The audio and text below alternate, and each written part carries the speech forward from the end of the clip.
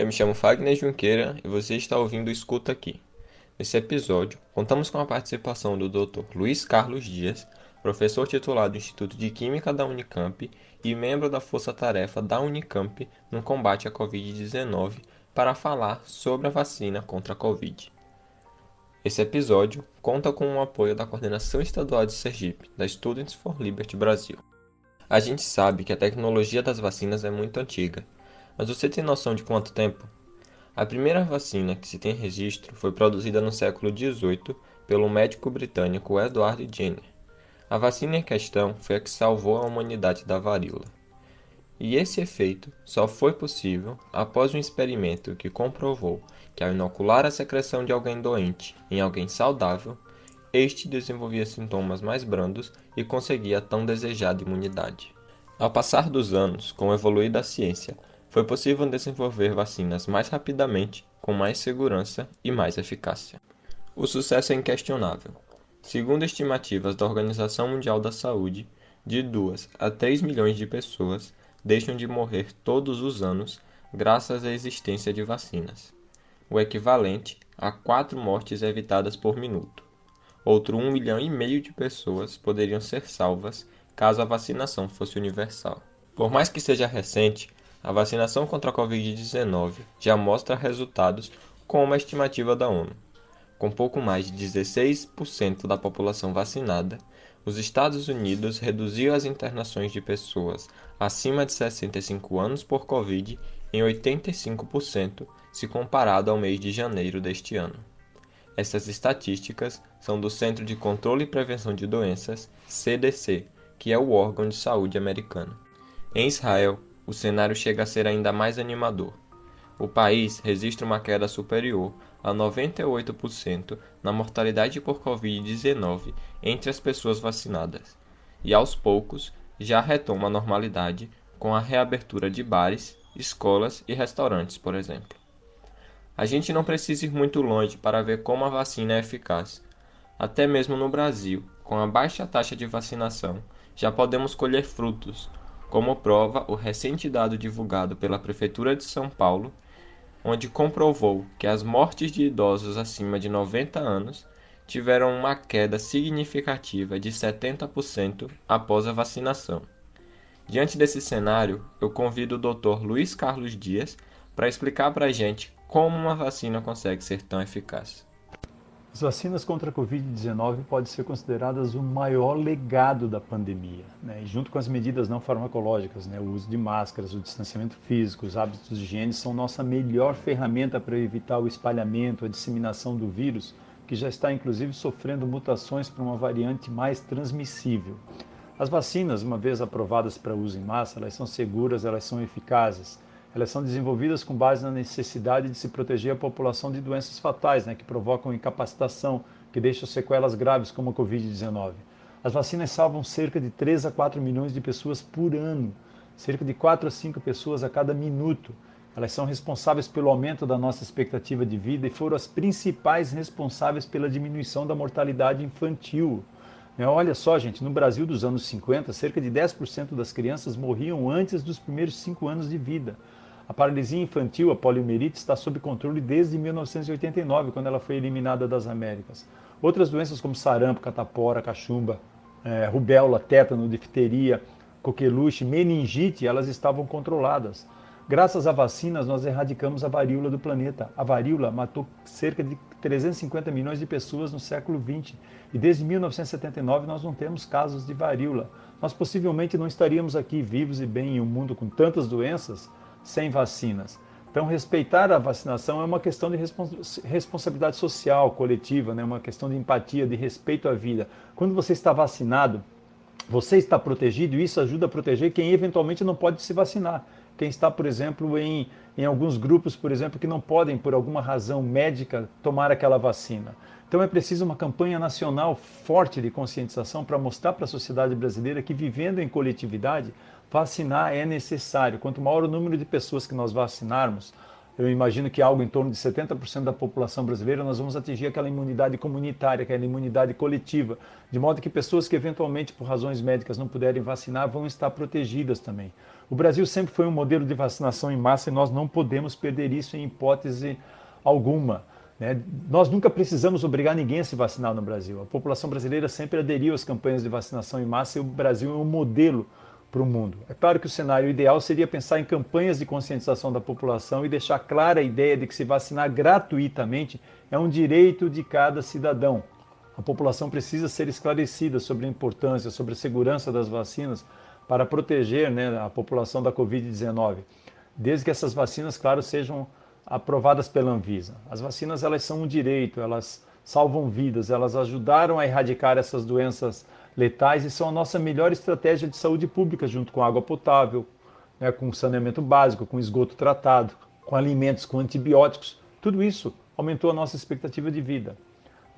Com relação a Israel, Israel conduziu uma campanha rápida e já vacinou aí cerca de 50% da sua população, com ótimos resultados na prevenção de infecções, de hospitalizações, de doenças graves e óbitos.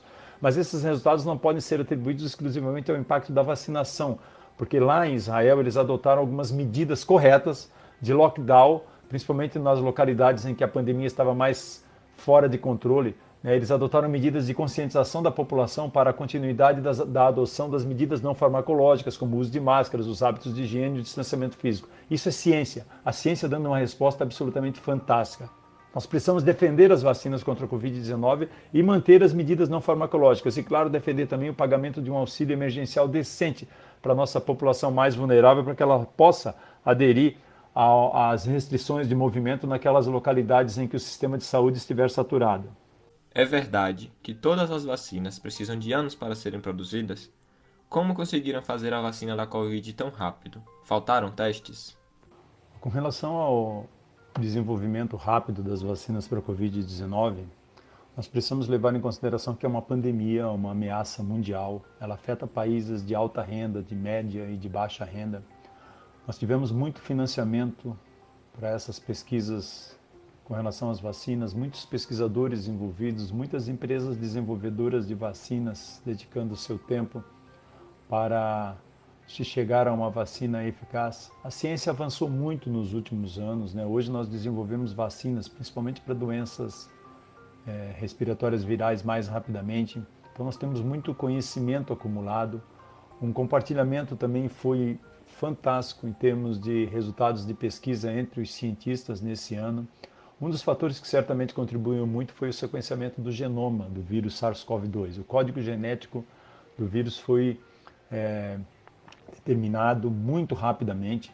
E isso foi essencial no processo de desenvolvimento dessas plataformas vacinais, porque a maior parte delas, com exceção daquelas que são de vírus inativados, ela usa o material genético da proteína espícula, aquela proteína externa do vírus. Então isso foi um momento crucial. Todas as vacinas elas são desenvolvidas então com base no material genético dessa proteína spike do vírus, que é a proteína espícula que o vírus usa para entrar nos nossos organismos, interagindo, por exemplo, com outras proteínas também nos nossos órgãos, no pulmão, no intestino, no coração, no fígado, nos rins. É uma doença respiratória viral, então ela usa plataformas que já foram desenvolvidas para outras doenças respiratórias, como o SARS em 2002, o MERS em 2012, o Ebola em 2016 e outras doenças como Zika, chikungunya, câncer de próstata. Então não foram estudos com plataformas vacinais que começaram no passado, não, elas já começaram há 10, 15 anos atrás. A Coronavac, por exemplo, ela é baseada numa tecnologia que existe desde os anos 50, ela parte do vírus inativado, que impede que ele consiga se replicar no organismo, mas ativa o sistema imunológico para aprender a combater a doença antes que seja uma ameaça. É o mesmo princípio das vacinas para hepatite e influenza. Então essa é normal. Nós esperávamos que ela realmente fosse desenvolvida mais rápido, a única dúvida é se ela realmente seria eficaz. As vacinas de vetor viral, como de Oxford, da Johnson & Johnson e do Instituto Gamaleya da Rússia, elas são inovadoras. Elas usam adenovírus, que são vírus que causam, por exemplo, resfriado em chimpanzé, como no caso da vacina de Oxford, ou que causam resfriados em seres humanos, como no caso das vacinas da Johnson & Johnson e do Instituto Gamaleya. Então, elas colocam um pedaço do material genético do vírus, elas são geneticamente modificadas para conter um fragmento, um pedacinho da proteína espícula do vírus SARS-CoV-2, né, aquele que ele usa para invadir as células humanas, então ensinando o sistema imunológico a reconhecer aquela proteína específica do vírus. Já a Pfizer e a Moderna, elas usam a tecnologia fantástica de mRNA, que é o RNA mensageiro como plataforma. Mas tanto Oxford, Johnson Johnson, Gamaleya, como Pfizer, como Moderna, já possuíam essas plataformas tecnológicas quando surgiu a Covid-19. Elas simplesmente adaptaram para o material genético do vírus SARS-CoV-2 para desenvolver essas vacinas. Essas vacinas, baseadas nessas plataformas de vetores virais com adenovírus e com RNA mensageiro, elas certamente vão ser as nossas vacinas do futuro. Outro fator que contribuiu muito para o desenvolvimento rápido foi que as empresas desenvolvedoras de vacinas comprimiram e sobreporam, né, as várias fases de desenvolvimento, fazendo de forma paralela, a fase pré-clínica com a fase 1, fase 1 com a fase 2, fase 2 com a fase 3. Né? E a fase 3 é a mais importante e definitiva, que diz se realmente a candidata vacinal é eficaz ou não em proteger a população. Com o número de casos aumentando, isso aí facilitou uma fase 3 mais rápida também, né, como foi feito no Brasil. Ter muitos voluntários em cada uma dessas fases também foi fundamental porque ajudou a acelerar muito. Não é fácil você conseguir voluntários. Né? Outro fator é que as empresas realizaram ensaios preliminares de fase 3 para verificar a eficácia com base em um número de eventos, o número de pessoas infectadas, a chamada análise interina, ao invés de esperar, por exemplo, muito tempo para um grande número de pessoas serem infectadas, porque, claro, é uma doença que mata, que causa incapacitação, que deixa sequelas. As agências reguladoras também facilitaram muito a análise prévia e paralela das várias fases de estudos clínicos, ao invés de analisar os resultados de todas as fases ao mesmo tempo. Houve uma grande agilidade na burocracia. Né? E após a análise interina, aquela análise preliminar, algumas desenvolvedoras solicitaram, por exemplo, o licenciamento emergencial.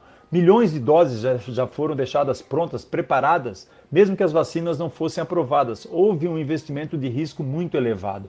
As etapas elas foram aceleradas, mas elas nunca foram puladas. Essa é a lógica de termos um licenciamento mais rápido, mas sem renunciar à segurança e à eficácia. Pfizer, Moderna, Coronavac e Sputnik V.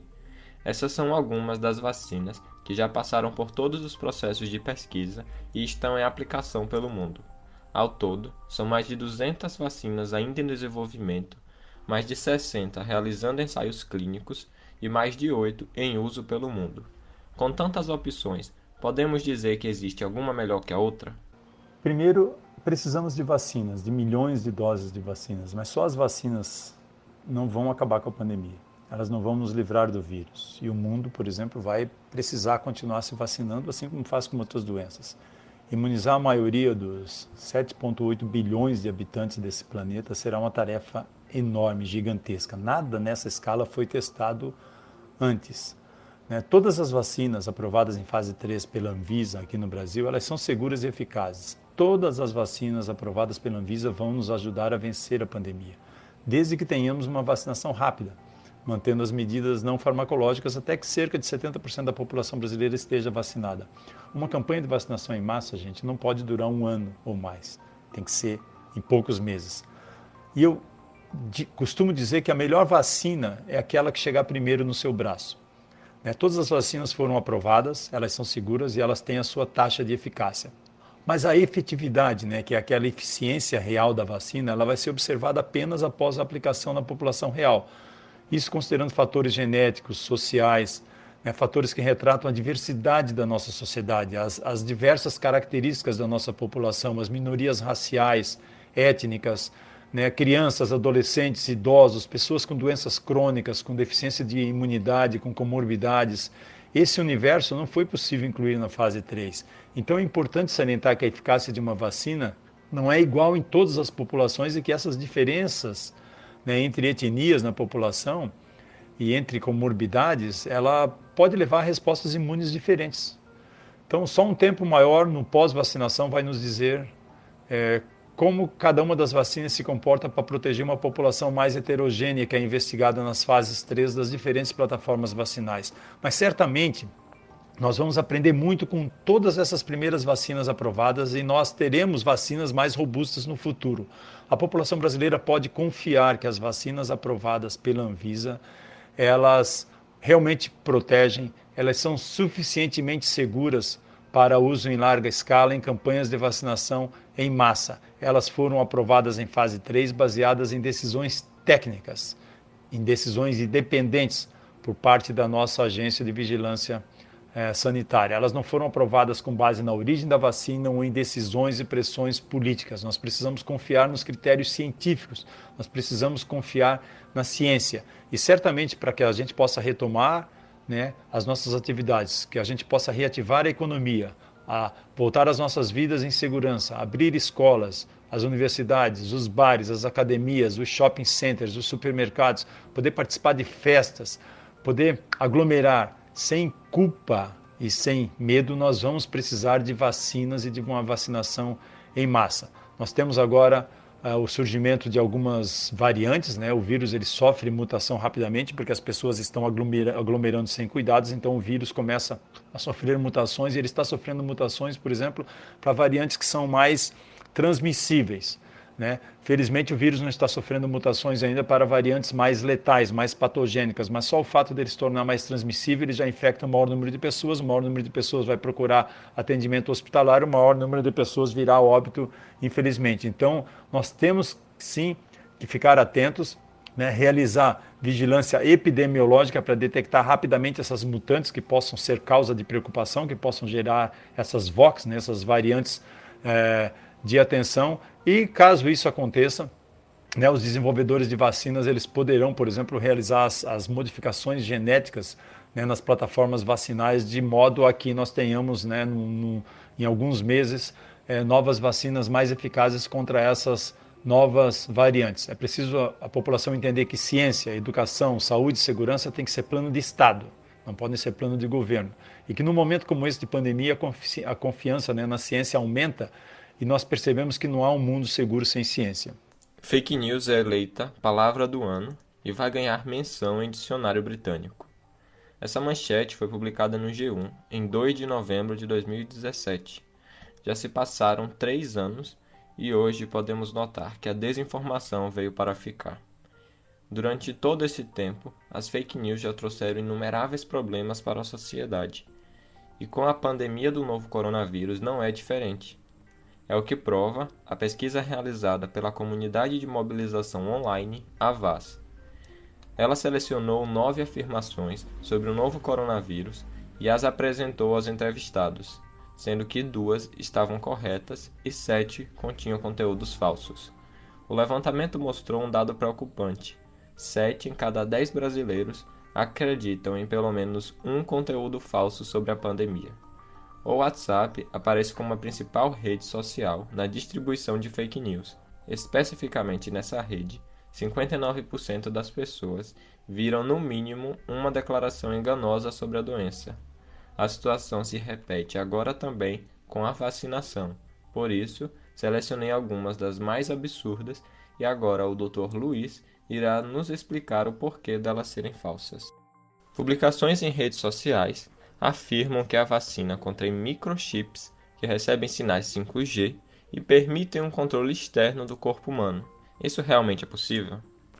Uma das teorias da conspiração mais recorrentes e mais absurdas entre o movimento anti-vacinas, teorias da conspiração que esse movimento espalha, é a que afirma que as vacinas contêm microchips, que serão implantados nessas vacinas usadas para a Covid-19 para monitorar a população. Eles partem da afirmação falsa de que vacinas matam e eles extrapolam para um suposto uso das vacinas da Covid-19 financiadas pelo Bill Gates para controle populacional. Segundo o movimento anti-vacinas, as vacinas para a Covid-19 seriam usadas para reduzir a população mundial, para combater a ideologia de gênero, dizendo que as vacinas contêm microchips ou chips na forma líquida, no plasma, entre aspas, das vacinas, que seriam implantados em nossos organismos ao sermos vacinados e que, usando estratégias de inteligência artificial, codificariam as nossas informações genéticas e enviariam os dados para uma estação espacial que está orbitando aí fora da Terra e que controlaria os nossos movimentos e enviaria inclusive doenças através de alguma tecnologia 5G para reduzir a população mundial. É um absurdo enorme, gente. Chega a ser surreal. Eles pagam pessoas, eles usam pessoas com voz doce, eles usam argumentos religiosos.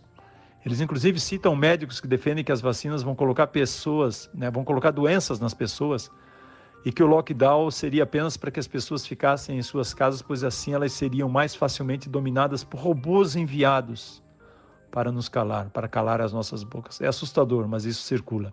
Tem boa parcela da população que acredita nisso. As vacinas são uma das maiores conquistas da história da saúde pública. Nós erradicamos a varíola do planeta, uma doença que matou cerca de 350 milhões de pessoas no século XX. Nós controlamos doenças como sarampo, meningite, pólio e outras, graças às vacinas. As vacinas aumentam nossa expectativa de vida e nossa qualidade de vida, salvam entre 3 a 5 milhões de vidas por ano, cerca de 4 a 5 pessoas por minuto. Então, como elas poderiam ser usadas para diminuir a população do planeta, gente? É exatamente o contrário. O vírus, sim.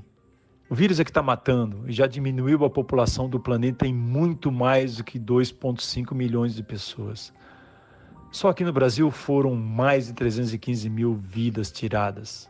Sim, a nossa população já diminuiu em mais de 315 mil pessoas. Não graças às vacinas, graças ao vírus.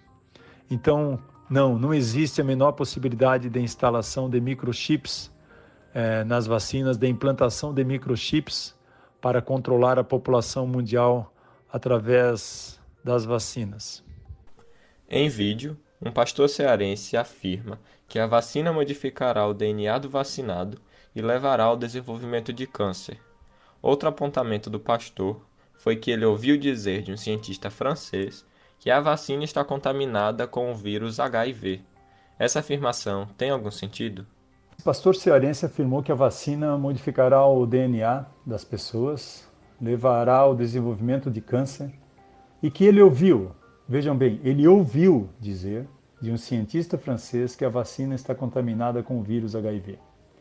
São mentiras absurdas e particularmente essa mentira sobre o vírus HIV surgiu porque algumas vacinas, como é o caso das vacinas de Oxford e a Sputnik V e a vacina da Johnson Johnson, elas utilizam um adenovírus, que é um vírus que causa resfriado ou em chimpanzés ou em seres humanos, e que elas já foram utilizadas, as plataformas, não essas vacinas, em pesquisas para desenvolvimento de uma vacina contra HIV.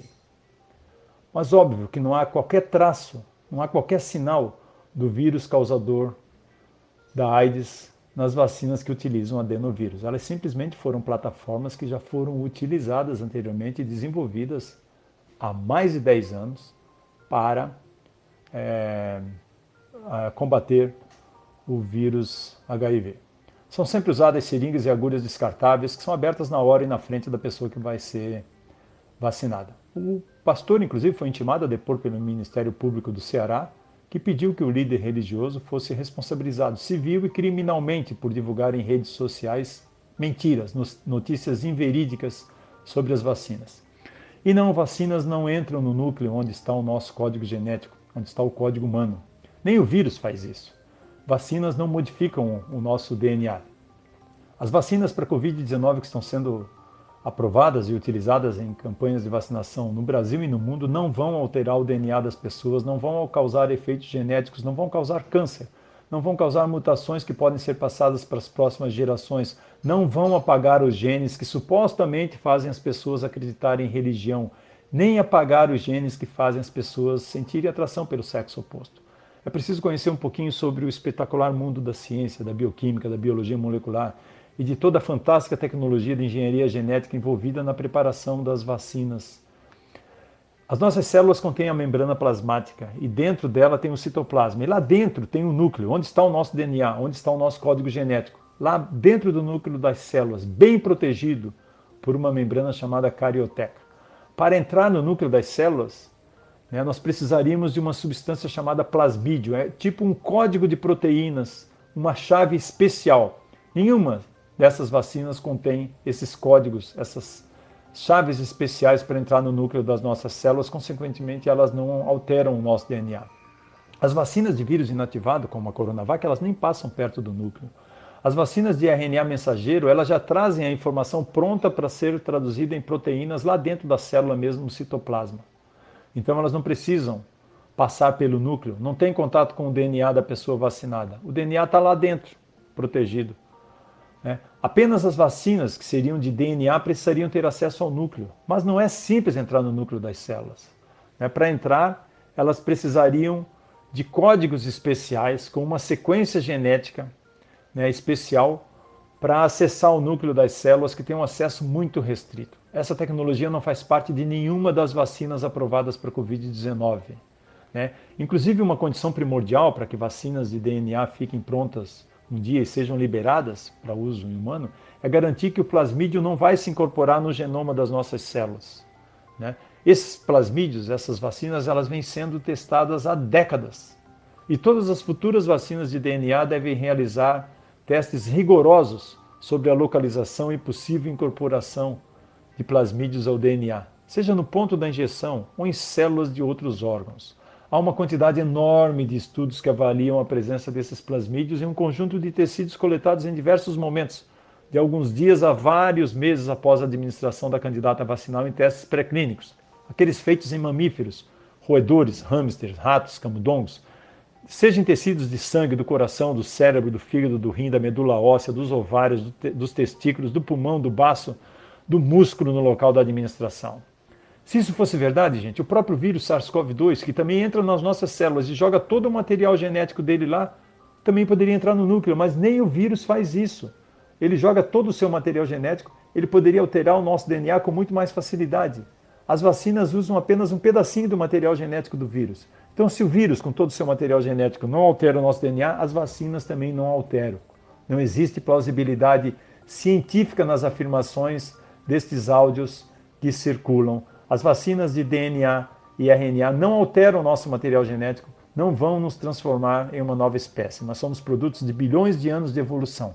Temos um DNA enorme ainda em estudo e genes que interagem entre si de formas complexas. Um tempo atrás, houve uma publicação em um determinado veículo de informação onde ele dizia que o alumínio presente nas vacinas causava autismo. Essa afirmação é lógica?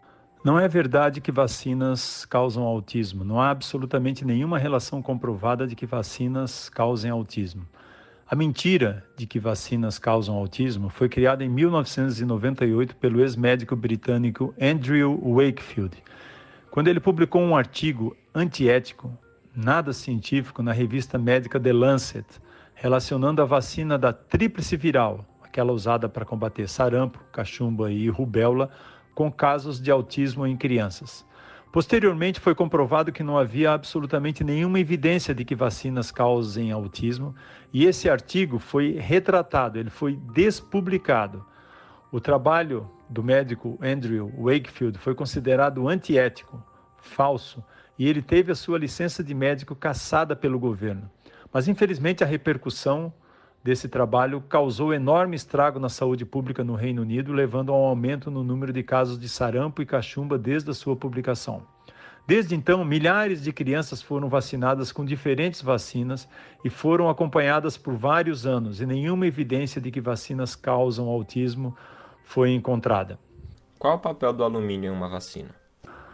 Olha, os adjuvantes são estimuladores da resposta imune contra o antígeno, que é aquele componente, né, o insumo, o ingrediente farmacêutico ativo que nós usamos nas vacinas. Os adjuvantes, eles influenciam o início, eles influenciam na intensidade e até na duração da resposta imune. Eles são normalmente utilizados para permitir o uso de doses menores de vacinas, né? Então eles são muito utilizados nos protocolos de imunização, permitindo o uso de doses menores ou talvez, né, de menores quantidades de antígeno, e ainda para melhorar a resposta do sistema imune, principalmente em pessoas que apresentam uma resposta de proteção, de produção de anticorpos, por exemplo, menor em virtude da faixa etária, né? Em virtude da idade, em virtude de doenças, em virtude de comorbidades, ou até pelo uso intenso de vários medicamentos.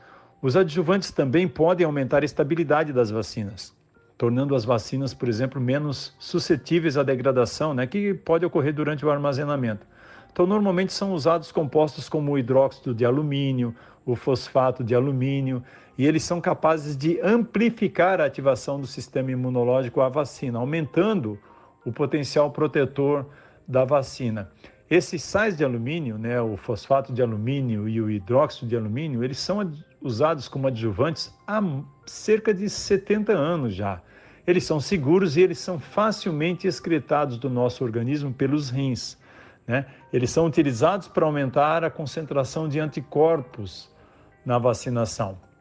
O desenvolvimento de vacinas, gente, é um procedimento pautado em práticas éticas, socialmente aceitas. Vacinas salvam milhões de vidas por ano. Elas servem para prevenir doenças, elas não causam doenças. Quem está matando milhões de pessoas no planeta é o vírus, é o SARS-CoV-2. As vacinas, elas vieram para salvar vidas. Não divulguem vídeos ou áudios com informações sem fontes confiáveis. Não ajudem a espalhar mentiras. Não repasse notícias maldosas e irresponsáveis. Ajude a espalhar verdade, empatia e defenda as vacinas que forem aprovadas contra a Covid-19. Aqui eu encerro esse episódio. Quero agradecer a você que ouviu ele por completo. Agradecer a Students for Liberty e ao Dr. Luiz Carlos por terem colaborado com esse episódio.